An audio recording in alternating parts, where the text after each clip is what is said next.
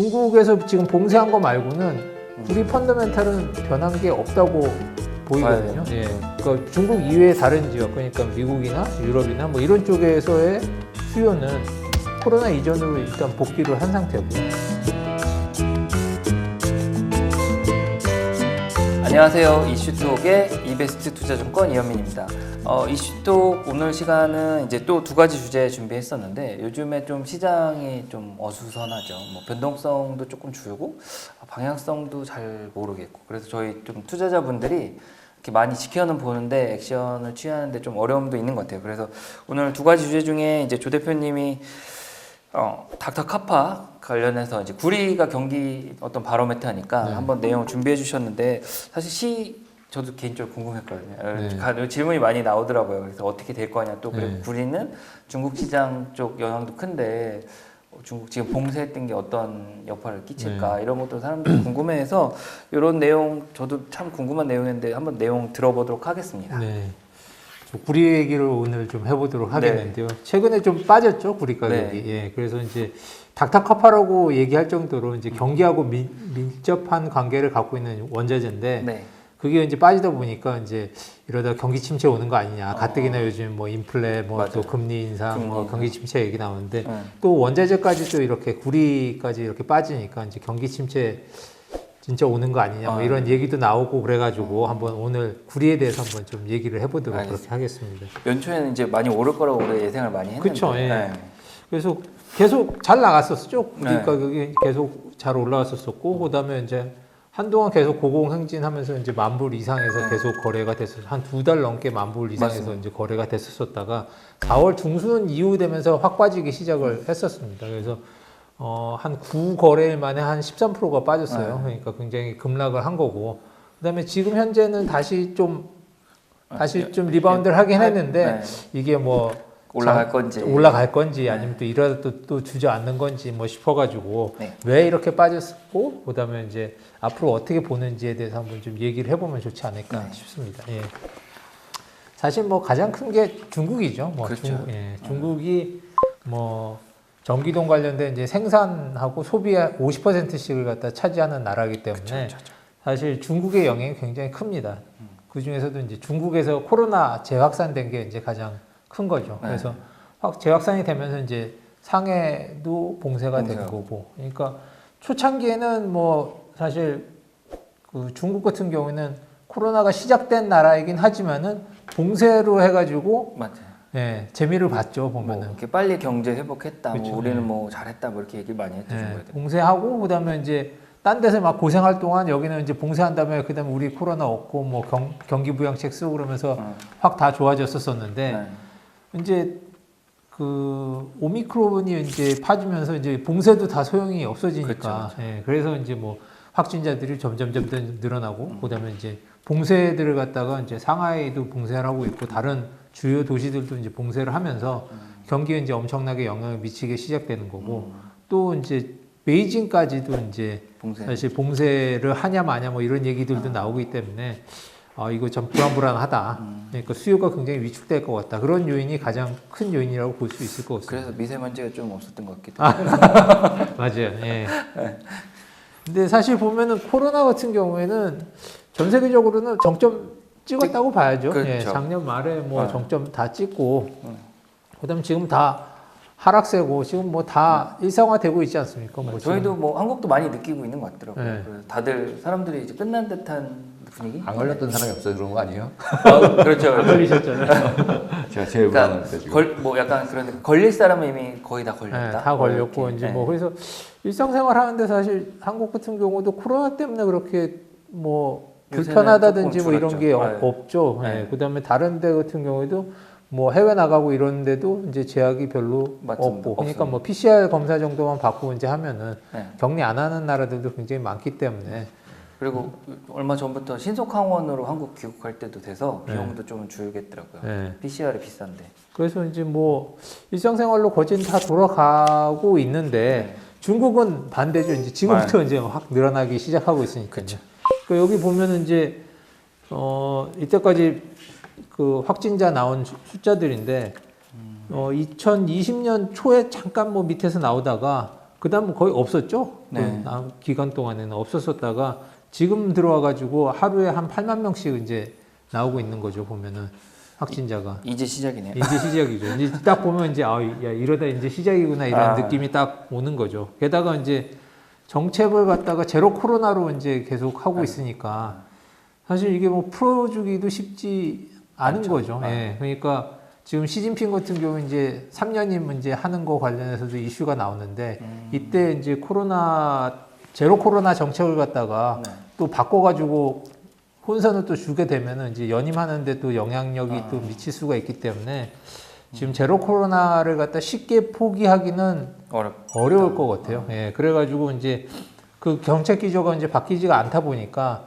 지금 봉쇄 관련된 이슈들이 계속 나오고 있는 거고 그렇기 때문에 이제 그런 것 때문에 이제 사실 구리 가격이 굉장히 많이 영향을 받았다고 볼 수 있을 것 같습니다. 왜냐하면 워낙 영향을 많이 미치는 나라이기 때문에. 백신 효과 차가 있다는 얘기도 있더라고요. 중국은. 네. 그 다른 서방 국가랑 달리 시노백 썼는데 시노백이 오미크론은 효과가 없고 네. 그러니까 결국은 제로 정책을 해야 되는데 저희 겪어봤잖아요. 제로가 오미크론은 불가능하다. 안 되죠. 예. 그러니까 그 전에 뭐 델타 이런 거는 됐었던 것 됐었는데 같아요. 예. 정답이 없는 그걸 하고 있는 거 아닐까 예. 싶기도 지금 하고요. 정답이 없는 줄은 알기는 알 것 같은데 지금 거기도 별다른 방법이 없으니까 게다가 이제 의료 시설이 좀 문제가 많기 한계가 때문에 있고. 지금 확 퍼지는 것 같다 용인하면은 이제 이게 사회적으로도 문제가 될 수 있고 또 사망자도 많이 늘어날 수 있기 때문에 이러지런 여론 때문에 지금 제로 코로나 정책을 갖다 계속 이러지도 못하고 저러지도 못하면서 끌고 가고 있는 것 같아요. 보면. 그런 것 같아요. 예. 근데 이제 보면은 그 코로나 때문에 전기돈 가격을 영향이 받았었던 적이 그동안 몇 번 있었었죠. 네. 그러니까 그 초창기에 이제 2020년에 이제 발발했었을 때 이 표에 보시면은 이제 전기돈 가격이 확 떨어졌었습니다. 그러니까 한 톤당 한 6,000불 정도 하던 게 한 5,000불 정도로 이제 확 빠졌었고 중간에도 한번 빠졌었었죠. 이제 그때는 이제 그 델타 변이 나왔었을 때, 맞습니다. 델타 변이 나왔을 때도 잠깐 빠졌었었고, 그러니까 좀 그게 또 수요에도 영향을 미치지 않을까 하는 우려 때문에 이제 빠졌었고, 요번에 이제 빠진 거는 주로 이제 상해를 포함해 가지고 봉쇄한 거 때문에 이제 한 3번에 걸쳐 가지고 코로나 때 구리 가격이 빠졌었던 걸로 생각이 됩니다. 근데 사실 그렇음에도 불구하고 중국 같은 경우에는 그 강력하게 부양책을 써가지고 그동안 이제 그 경기 둔화에 대응을 했었거든요. 그러니까 중국 같은 경우에는 이제 2000년 들어오면서부터 시작해가지고 특수목적 채권 발행 한도를 큰 폭으로 상승을 시켰습니다. 그러니까 특수목적 채권이라고 하면은 주로 인프라 투자의 용도로 이제 쓰는 그런 채권이거든요. 그래서 이쪽 관련해서 좀 모은 돈 가지고 주로 이제 인프라 건설하는데 쓰다 보니까 인프라는 또 뭡니까 이제 구리나 뭐 이런 것들이 이제 당연히 들어갈 수밖에 없다 보니까 구리 가격 그러니까 구리 수요를 갖다가 유지하는데 굉장히 많은 도움이 됐었던 거죠. 그리고 지금도 사실 계속 그런 정책을 갖다 쓰고 있는 거고요. 그다음에 이제 그것뿐만 아니고 금리도 계속 낮춰왔었습니다. 그러니까 중국 같은 경우에는 이제 기준금리라고 할 수 있는 1년 만기 대출 우대금리, 그러니까 LPR이라고 하는 것도 보면 계속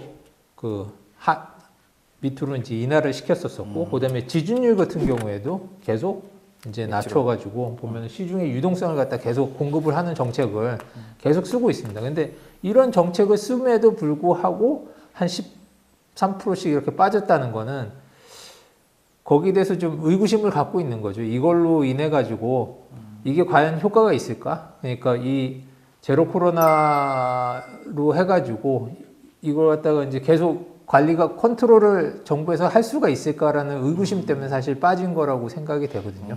그러니까 이 사태를 갖다가 중국 정부에서 제대로 매니지하고 있는가? 그 전에는 이제 매니지하고 있다고 생각을 해서 수요도 계속 유지가 되고 가격도 유지가 됐었는데 주가도 좀 좋을 듯했고 지금은 이거 제대로 컨트롤하고 있나? 제대로 이걸 갖다가 중국 정부에서 매니지할 수 있나라는 그런 요인들이 나오면서 이제 의구심 때문에 이제 사실 시장 가격이 많이 빠졌었던 것 같습니다. 못할 거라고 생각하지 않을까요? 예? 그런 것도 좀 있죠. 예. 그리고 이제 환율도 좀 위안화 같은 경우는 이제 약세로 됐거든요. 그러니까 그렇죠. 최근에 많이 올랐죠. 그러니까 그것도 4월 중순부터 시작이 됐었던 건데 위안화가 약세에 전환되면서 이제 굉장히 중국 위안화 환율이 구리 가격하고 굉장히 밀접한 영향을 갖고 네. 있어요. 그러니까 중국이 뭐 생산주 동정관 같은 경우는 하고는 있지만은 수입하는 양이 굉장히 많거든요. 그쵸, 수입을 해가지고 다시 이제 전기동으로 재련해가지고. 이제 네. 만드는 걸 하고 있는데 그러려면 이제 많이 수입을 해야 되는데 그 위안화가 약세로 가면은 사실 수입하는데 구매 여력이 이제 떨어지는 그쵸. 거거든요. 비싸지니까. 비싸지니까. 네. 그러니까 이제 그런 부분 때문에도 환율도 여기에 이제 같이 영향을 좀 미치고 있다라고 보면 될 것 같습니다. 근데 사실 보면은 그 중국 수요 위축 말고는 펀더멘탈 면에서 변한 게 없어요. 보면은 예. 그러니까 중국에서 지금 봉쇄한 거 말고는 구리 펀더멘탈은 변한 게 없다고 보이거든요. 예. 그러니까 그 중국 이외의 다른 지역, 그러니까 미국이나 유럽이나 뭐 이런 쪽에서의 수요는 코로나 이전으로 일단 복귀를 한 상태고요. 그다음에 이제 친환경 쪽으로 이제 전환하는데 구리가 굉장히 많이 쓰이는데 그것도 계속 가고 있는 거죠. 요즘에 이제 화석연료 가격이 많이 올라긴 하긴 했지만은 네. 그래도 그것 때문에 친환경이 뭐 이제 안 하고 화석연료 쪽에 더 투자를 해야 되겠다 뭐 이런 쪽으로 진행이 되고 그렇진 있지는 않죠. 않지 않습니까? 네. 그러니까 친환경 쪽 에너지 전환은 계속 진행되고 있는 거고 조금 공급 상황- 느려질 수는 있지만 그 방향 유지인 거죠. 네. 예, 공급 상황도 여전히 타이트한 상황이라고 네. 볼 수 있습니다. 구리 가격 같은 경우에. 그래서 제가 봤었을 때는 펀더멘탈은 변한 거 없다. 예, 그러니까 일시적으로 빠진 거지. 뭐 펀더멘탈 면에서 이게 뭐 전반적으로 이걸 갖다가 바꿀 만한 구리 가격이 강세로 가는 것 같다가 바꿀 만한 요인은 좀 없다라고 이제 생각이 되는 거죠. 그러니까 뭐 유럽 같은 경우에도 이제 전기동 수준, 코로나 이전 수준으로 이제 복귀를 했고, 그다음에 뭐 중국이 제일 많이 풍력이나 뭐 태양광을 많이 쓰고 있지만 다른 나라 같은 경우에도 계속 그쪽으로 전환 계속 빠르게 이루어지고 있고, 그다음 오히려 이제 화석이나 뭐 이런 그러니까 뭐 가스나 아니면 원유 가격 상승으로 인해 가지고 사실 전환이 더 빨리 진행을 하자는 얘기들이 많이 나오고 있죠. 그래요? 예. 그러니까 유럽 같은 경우에도 얼마 전에도 보면은 유럽에서 이제 러시아 쪽에서 들어오는 원유하고 가스 이제 비중 낮추고 친환경 쪽에 더 투자를 많이 했고 더 가속화시키자는 이제 결의를 했었으니까 이제 앞으로 이제 이쪽으로 더 전환은 빨리 이루어지지 않을까 그렇게 생각이 됩니다. 그러니까 그다음에 이제 그 공급 사이드 보면은 이제 그 LME 재고량 같은 경우에도 계속 줄고 있죠. 예. 지금 뭐 남아있는 재고량도 사실 적고 있는 거고, 그다음에 이제 공급량 자체는 굉장히 더디게 증가하고 있습니다. 그러니까 뭐 다른 그런 금속들하고도 비교를 한다 하더라도 구리 같은 경우에는 다른 데보다 훨씬 공급은 적게 증가를 하고 있어요. 그러니까 2013년 이후부터는 거의 매년 한 1% 정도밖에 늘지 않는 것 같아요. 그러니까 뭐 알루미늄이라 아니면은 뭐 철광석이나 뭐 이런 거 같은 경우에는 훨씬 더 빨리 이제 수요에 따라서 이제 공급이 원활하게 대응을 하는데 구리 같은 경우에는 굉장히 더디게 이제 공급량 증가가 이루어지는 것 같아서 예. 그래서 그리고 이제 또 신규 개발 없이는 이제 현재 상태를 유지하는 것도 쉽지가 않거든요. 그렇죠. 예. 그렇기 때문에 그런 면에서 봤었을 때는 공급 쪽 사이드도 뭐 강세 쪽으로 영향이 있고, 그러니까 중국 저것만 이제 어느 정도 해결이 되면은 사실 원래 수준으로 다시 회복되는 거는 뭐 충분히 가능하다. 밑으로 가는 거는 좀 한계가 있을 것 같아요. 그러니까 또 이제 구리 같은 경우에 생산하려고 그러면은 이제 채광도 그렇고 정년도 그렇고 보면은 에너지 집약 산업이거든요. 예, 그러니까 굉장히 전기를 그런 많이 과정에서 쓰고 굉장히 에너지들이 많이 들어가는데 지금 에너지 가격이 또 비싸지 않습니까? 그렇죠. 그러니까 비용이 이제 높아지니까 사실 밑으로 하락하는 데는 한계가 좀 있는 것 같아요. 예.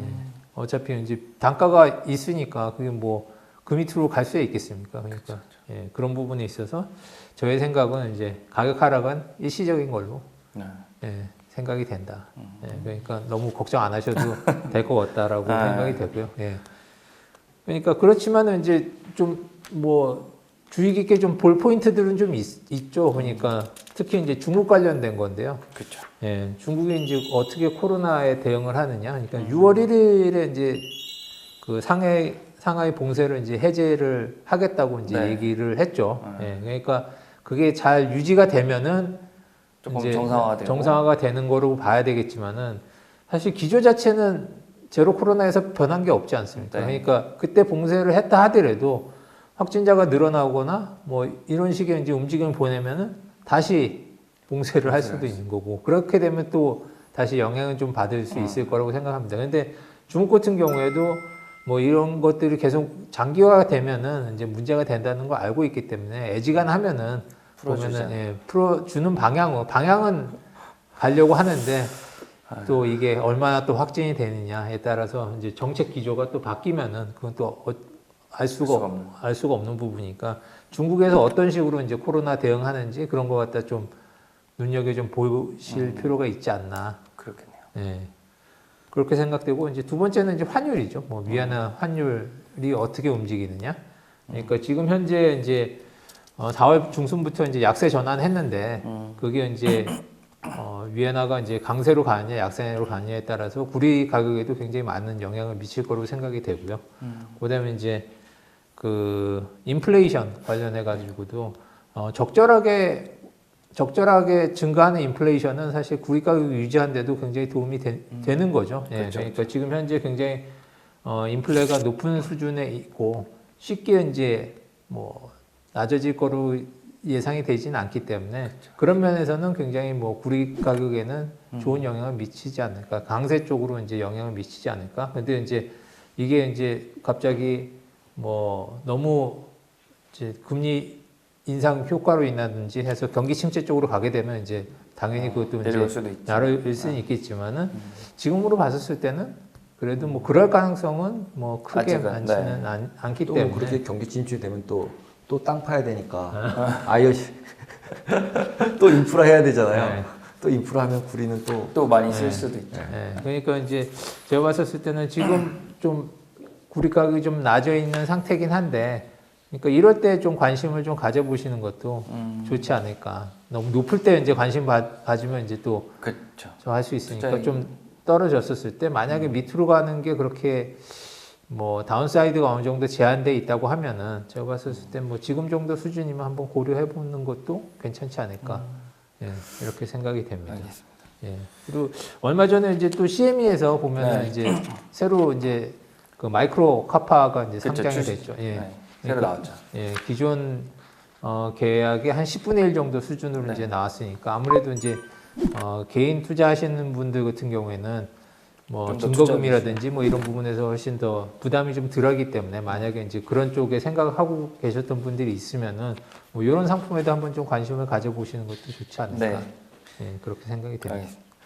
그래서 저희가 이렇게 조 전무님이 이렇게 구리 관련해서 이렇게 전반적으로 한번 훑어주셨고 말씀 주신 것처럼 이제 마이크로 카파라는 상품 새로 이제 서비스 되고 있어서 저희도 서비스 하고 있고요. 뭐 혹시 관심 있으시면 이제 시세도 보고 아무래도 이제 원래 카파 가격을 추종하게 돼 있으니까 그런 부분 투자자 입장에서 좀 쉽게 시작할 수 있다. 이건 큰 장점인 것 같아요. 그래서 최근에 많은 이제 투자자분들이 마이크로 상품이 이제 진입 장벽이 낮으니까 좀 캐주얼하게 시작하고 손익 관리도 조금 그런 부분에 좀 편리한 부분이 있으니까 한번 보시면 좋을 것 같고요.